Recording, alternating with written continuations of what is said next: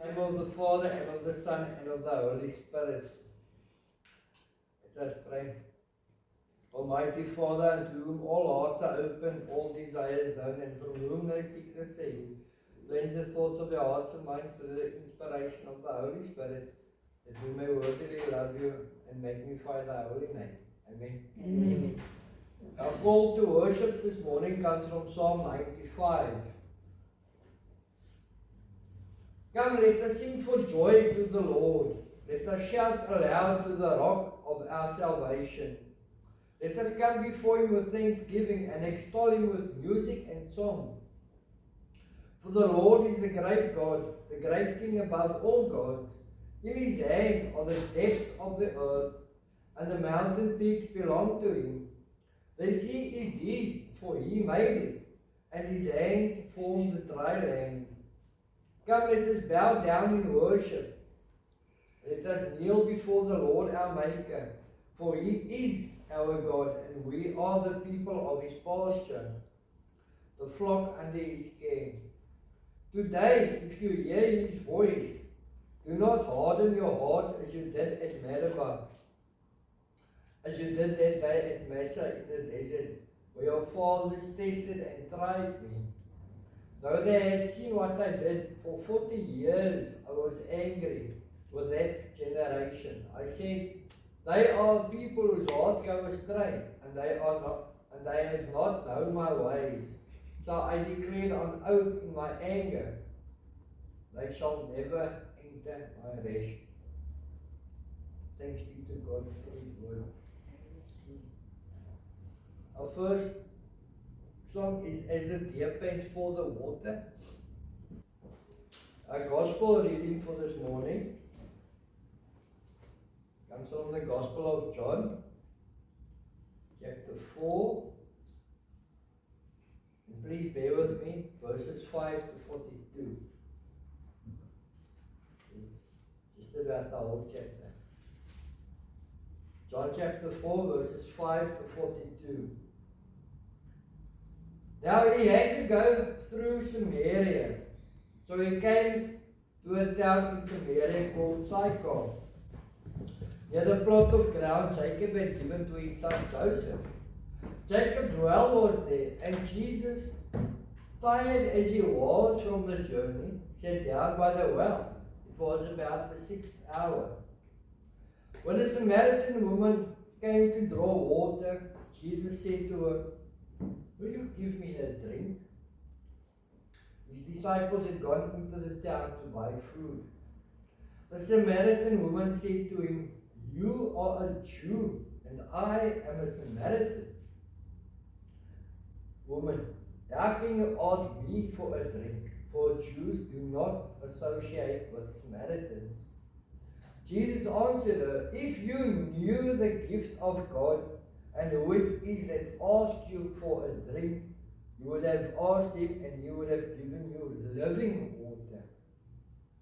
Sir, the woman said, you have nothing to draw with, and the well is deep.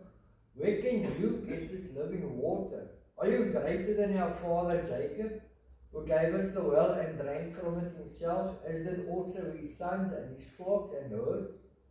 Jesus answered, everyone who drinks this water will be thirsty again, but whoever drinks the water I give him will never thirst. Indeed, the water I give him will become in him a spring of water welling up to eternal life. The woman said to him, Sir, give me this water so that I won't get thirsty and have to keep coming here to draw water. He told her, go, call your husband and come back. I have no husband, she replied. Jesus said to her, you are right when you say you have no husband. The fact is, you have had 5 husbands, and the man you now have is not your husband. What you have just said is quite true. Sir, the woman said, I can see that you are a prophet. Our fathers worshipped on this mountain, but you Jews claim that the place where we must worship is in Jerusalem. Jesus declared, believe me, woman, a time is coming when you will worship worship the Father neither on this mountain nor in Jerusalem.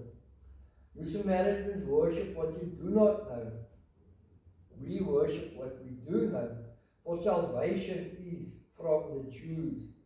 Yet the time is coming and has now come, when the true worshippers will worship the Father in spirit and truth, for they are the kind of worship the Father seeks. God is spirit, and his worshippers must worship in spirit and in truth. The woman said, I know that Messiah is coming. When he comes, he will explain everything to us. Then Jesus declared, I who speak to you am he. Just then his disciples returned and were surprised to find him talking with a woman. But no one asked, what do you want, or why are you talking with me?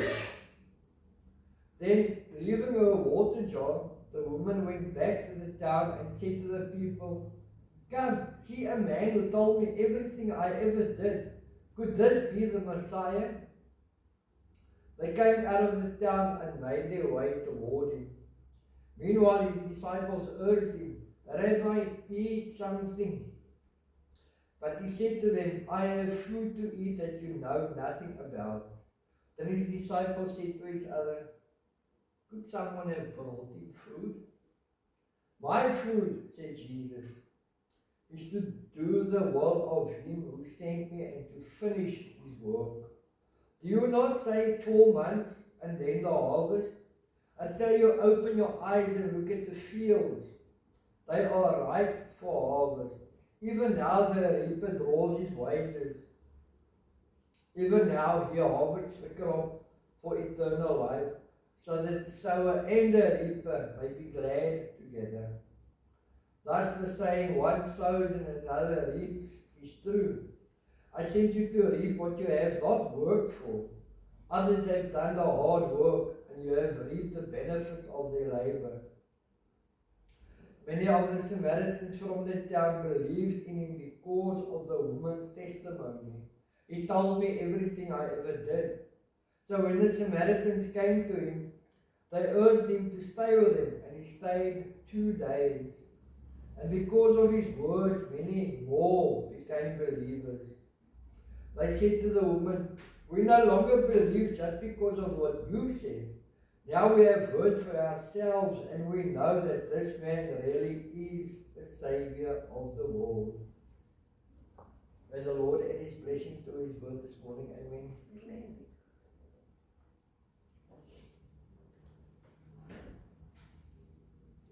So the theme, obviously, is about water. Let the living waters flow. Today's reading of the Gospel is a very well-known event, the Samaritan woman at the well.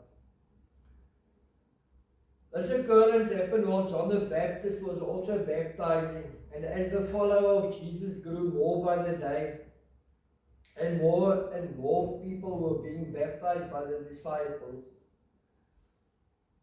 Thus Jesus left Judea and returned to Galilee. And on this return to Galilee, he had to pass through Samaria. Just to go around Samaria would obviously take much longer. Now the Jews and the Samaritans did not get along well with each other because of their differences in worship and lifestyles, and Samaritans were half Jews, mixed breed, whatever you like to call them. The Jews would not even share the same utensils as the Samaritans used. For example, drinking from the same cup or eating from the same plate. We must remember that Jesus was human and prone to human emotions and physical tiredness, wear and tear. For the word tells us that when he arrived at the town in Samaria called Sychar, Jacob's well was there. And John wrote, and Jesus was tired from the journey, so he sat down by the well. Tired and thirsty, sitting down by the well, thirsty for a drink of water, but nothing to draw water out of the well, for the well was deep. Jesus could have performed some miracle to get water out of the well, but that would defeat God's purpose for him being there at that time of day, at that moment. We know full well that Jesus came to do the will of the Father. Not his own will, but the Father's will be done. This was about the 6th hour of the day. Taken at the first hour of the day was at sunrise, about 6 a.m. This would be during the worst heat of the day, at noon, when the sun is at its highest. Any human would be tired and thirsty if traveling on a journey at that time of day. Bear in mind that the distance Jesus and his disciples traveled was between 30 to 40 miles, and with a very steep uphill on a journey too, normally a 2 to 3 day journey. This was just when the Samaritan woman came to draw water from this exact well where Jesus was sitting and resting. Now this is what the word does not tell us. The time for women to draw water from the well was normally done early morning and in the evening. Early morning to prepare for the day, make breakfast, wash your face, wash your hands. In the evening, come home, wash your hands, wash your feet, prepare supper, whatever. That morning and evening they would draw water, but not at noon. But see, this particular woman came at noon, probably to avoid the people who knew her to have a bad reputation. With Jesus' disciples being absent, remember John said the disciples went into town to buy food, so it was only Jesus at the well. So there would be no objection from anyone preventing Jesus asking this particular Samaritan woman for a drink of water. But see the reaction from the Samaritan woman as she replies to Jesus' request for a drink of water. The Samaritan woman said to him, "You are a Jew, and I am a Samaritan woman. How can you ask me for a drink?" And John wrote in brackets there in verse 9 so that we can understand her reaction. For Jews do not associate with Samaritans.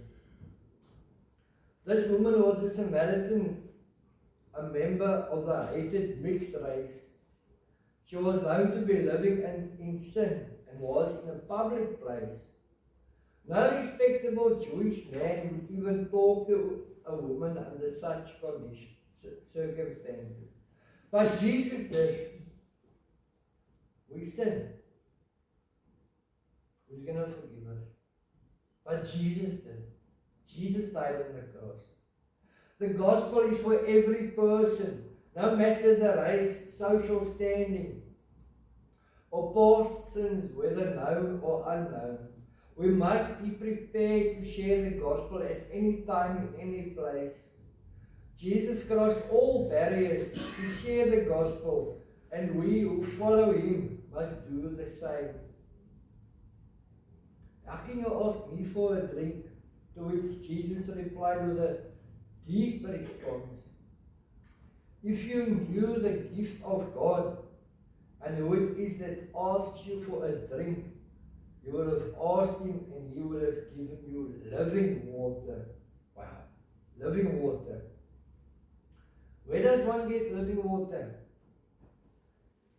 So the woman who was only human and could only see worldly problems solved with worldly solutions said unto Jesus, "Sir, you have nothing to draw with and the well is deep.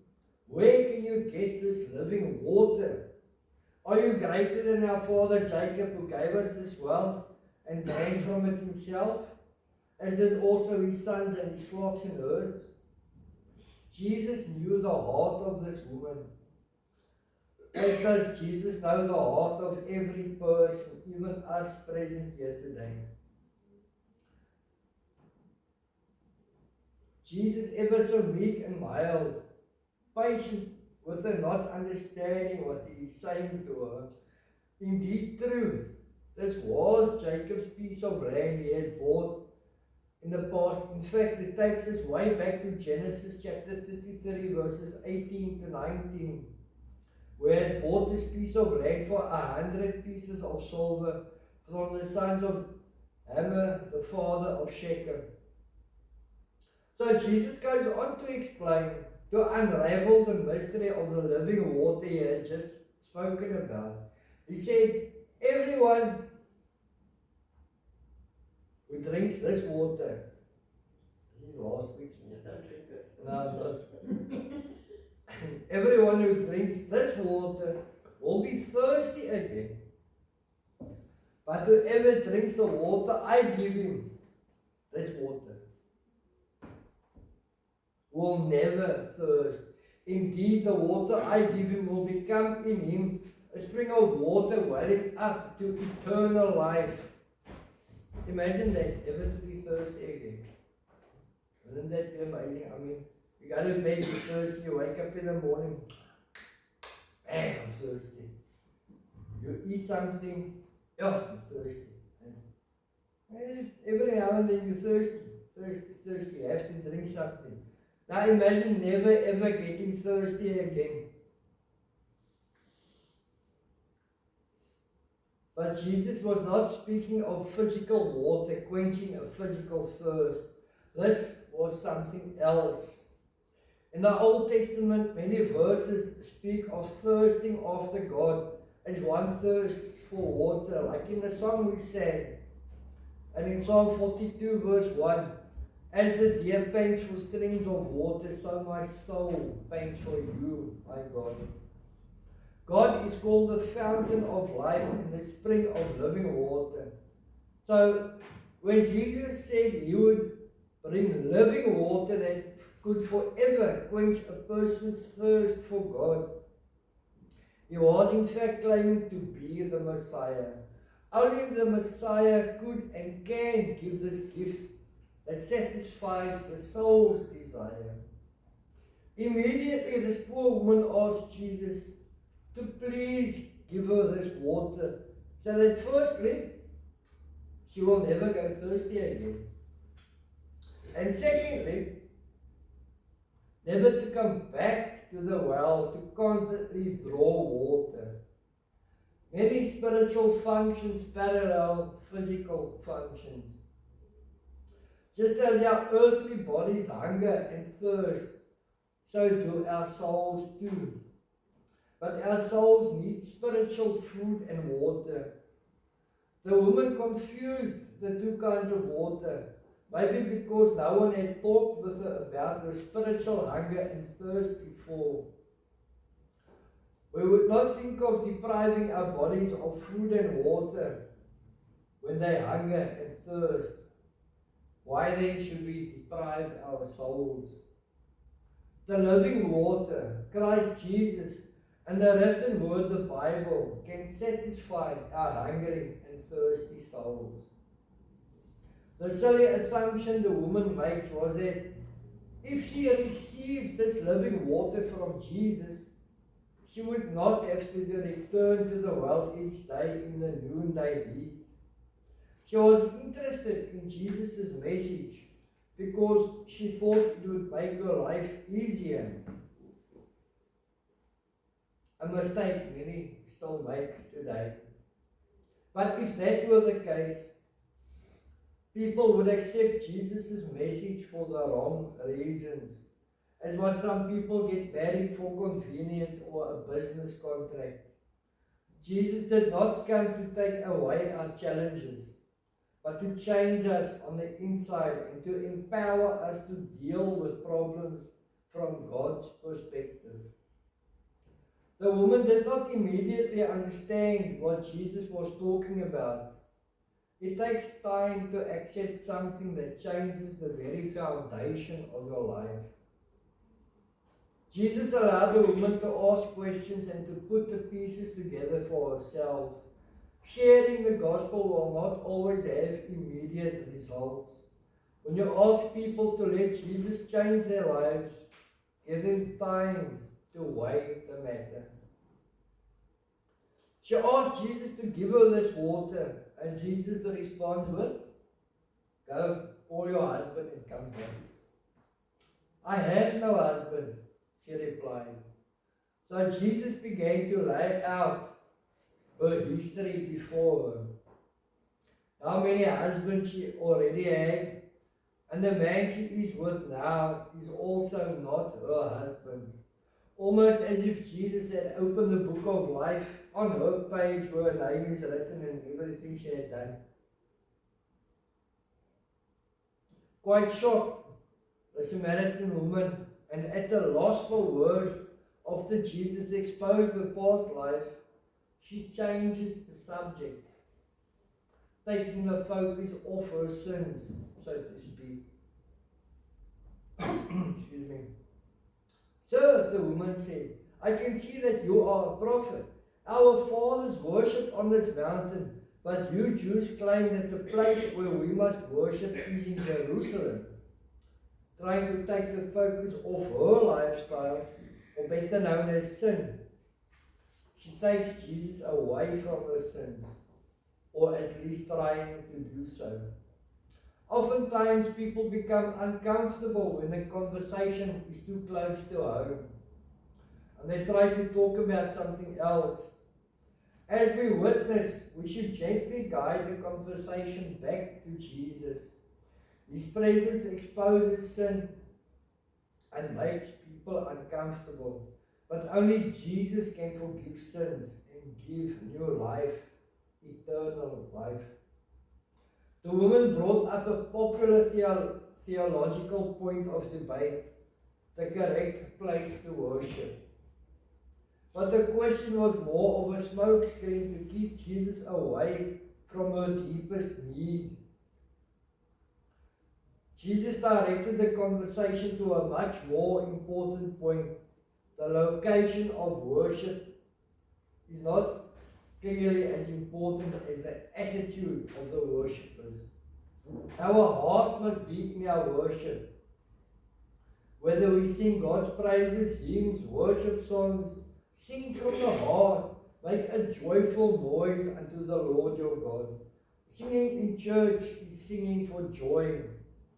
It is not a talent competition. That's why I love to sing in church. Except solo. My wife won't let me sing a solo for you. So don't worry if you cannot carry a note. Sing from the heart, sing from your soul. Jesus declared, "Believe me, woman, a time is coming when you will worship the Father, neither on this mountain nor in Jerusalem." You Samaritans worship what you do not know. And what they worship is scary. 2 Kings chapter 17.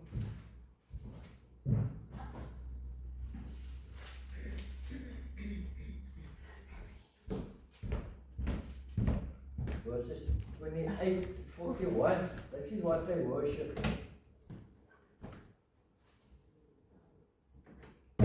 So one of the priests who had been exiled from Samaria came to live in Bethel and taught him how to worship the Lord. Nevertheless, each national group made its own gods in the several towns where they settled, and set them up in the shrines the people of Samaria had made at the high places. The men from Babylon made Succoth-Benoth. The men from Cutha made Logol, and the men from Hamath made Ashima. The Avites made Nibaz and Tartak. And so it goes on. I'm going to stand there and say funny words. But truly they worshipped what they did not know. Each one just made up a god and decided we'll worship this instead of worshipping. But Jesus says we worship what we do know. For salvation is from the Jews. Yet the time is coming and has come, and has now come, When the true worshippers will worship the Father in spirit and truth. God is spirit. Means He is not a physical being limited to one place. God is omnipresent and God can be worshipped anywhere at any time. It is not exactly where we worship.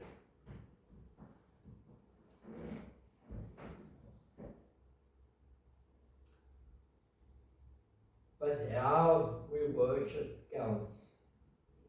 Is your worship genuine and true? Do you have the Holy Spirit's help?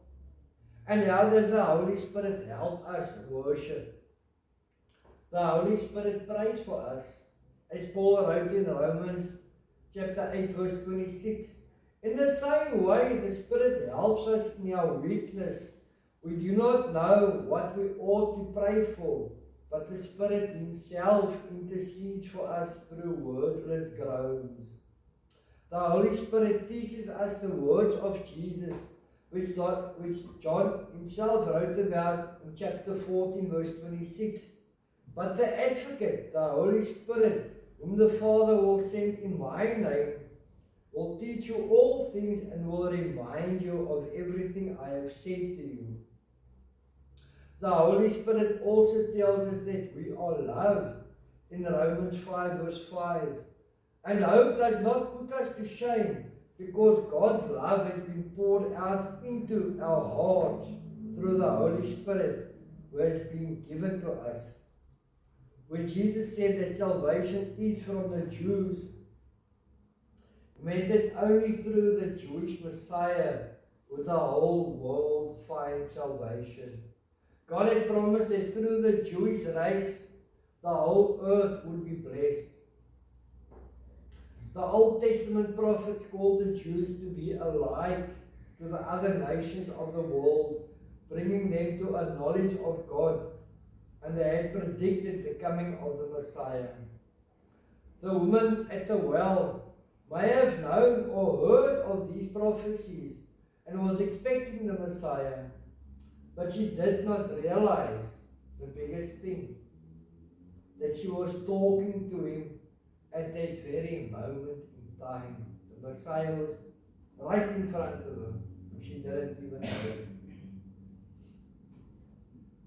Jesus goes on to say that the time is coming and has now come when the true worshippers will worship the Father in spirit and truth, for they are the kind of worshippers the Father seeks. That time is now come. We are living in that time when and where we worship the Father, Son, and Holy Spirit in spirit and in joyful, gleeful singing and worshiping. Don't do it half-heartedly, or if you feel forced to do so, then you are doing it wrong, and the truth is not in your worship. For Jesus said, God is spirit, and His worshippers must worship in spirit and in truth. Start worshiping even before you get to church. Start worshiping each morning and each night, whenever and wherever the Holy Spirit prompts you to do so. Don't feel ashamed to hum your favorite hymn, or even sing it aloud in the car or standing in the queue at the shop. So it reminds me of the last time we voted. One of the ladies in the queue, her ringtone was a popular gospel song, or WhatsApp time or whatever. And each time I went, I asked the priest to let it play for me. Some joy in the queue, just let it, and she wouldn't. Now this Samaritan woman had heard about a Messiah who was to come and save the lost, for she was lost in a world of sin. For the word tells us what she said. I know that Messiah is coming. When He comes, He will explain everything to us. She made the claim herself that she knew there would be a Messiah, but not knowing exactly who the Messiah would be or what it would look like. So Jesus puts your doubts to rest when he made this declaration. I who speak to you am he. Before Jesus could go into further detail, his disciples returned from buying the food in the town nearby. They could see that Jesus was busy working to try to save a lost soul. And none of them dared ask the woman what she wanted or why are you talking with her. Upon their arrival, the woman, no longer ashamed of the past, left the water jar and went back to her town and told everyone, "Come see the man who told me everything I did. Could this be the Messiah?" All in the town knew her reputation and her past, but such great news they had to see for themselves. Many of the Samaritans from the town believed in him because of the woman's testimony. He told me everything I ever did. Now see how easily and without refusal these Samaritans, half Jews, half breeds, a mixed race, accept Jesus Christ as Savior. Easy. But what's wrong with us? Jesus, in all his grace, kindness, and mercy, accepted their invitation to stay with him. And the word tells us that Jesus stayed with them for 2 days. And because of his words, many more became believers. The Samaritan woman immediately shared her experience with others. Despite her reputation, many took her invitation and came out to meet Jesus. Maybe there are sins in our past of which we are ashamed.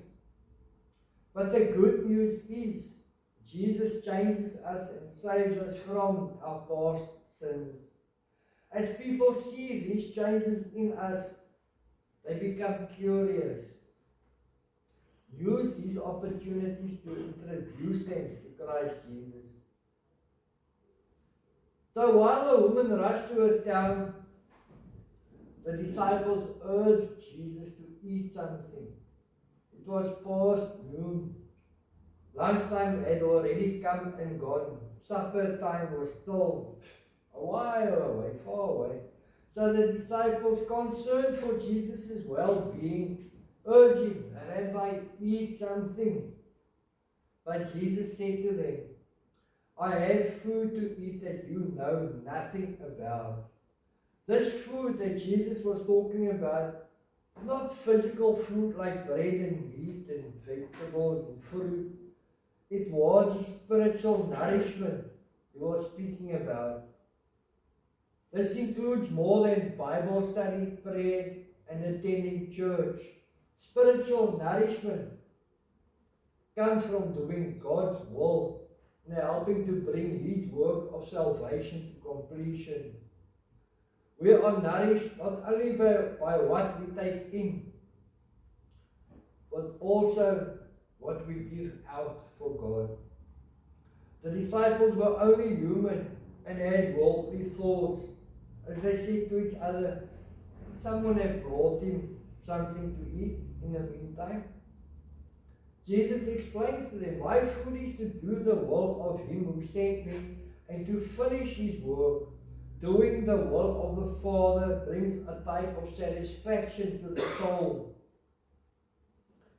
I cannot fully describe it in so many words, but it just gives a sense of fulfillment to one's mind and soul.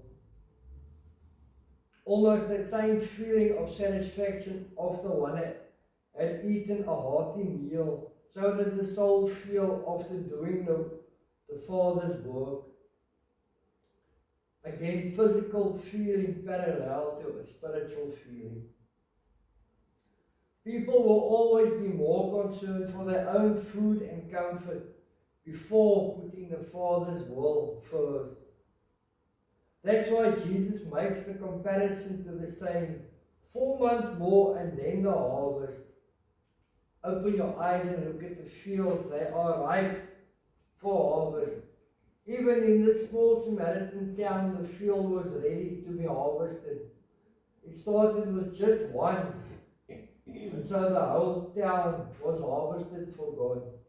They said to the woman, "We no longer believe you because of what we said. We no longer believe just because of what you said.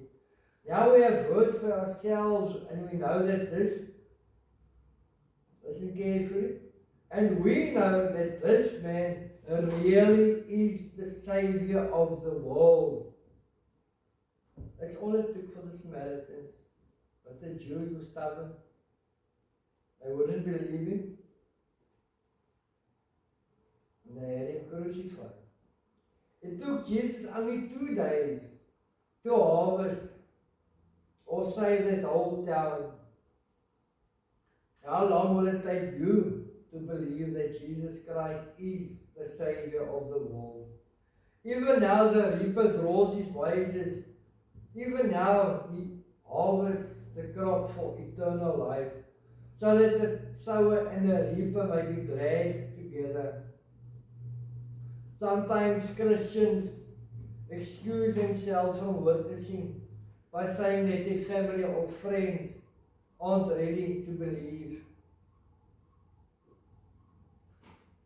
That is true. Jesus makes it clear that all around us, a continual harvest wants to be reaped. Do not let Jesus find you making excuses. Just look around and you will find people ready to hear God's word. There are wages that await us. These wages that Jesus offers are the joy of working for Him and seeing the harvest of believers. These wages come to sower and reaper alike because both find joy in seeing new believers come into Christ's kingdom. The others have done the hard work that may refer to the Old Testament prophets and to John the Baptist, who paved the way for the gospel. So in conclusion, hungry? Thirsty? Come and eat and drink what Jesus offers for free. Living water that quenches the thirstiest thirst. And in my younger days, I used to go out a lot, starting by a Wednesday.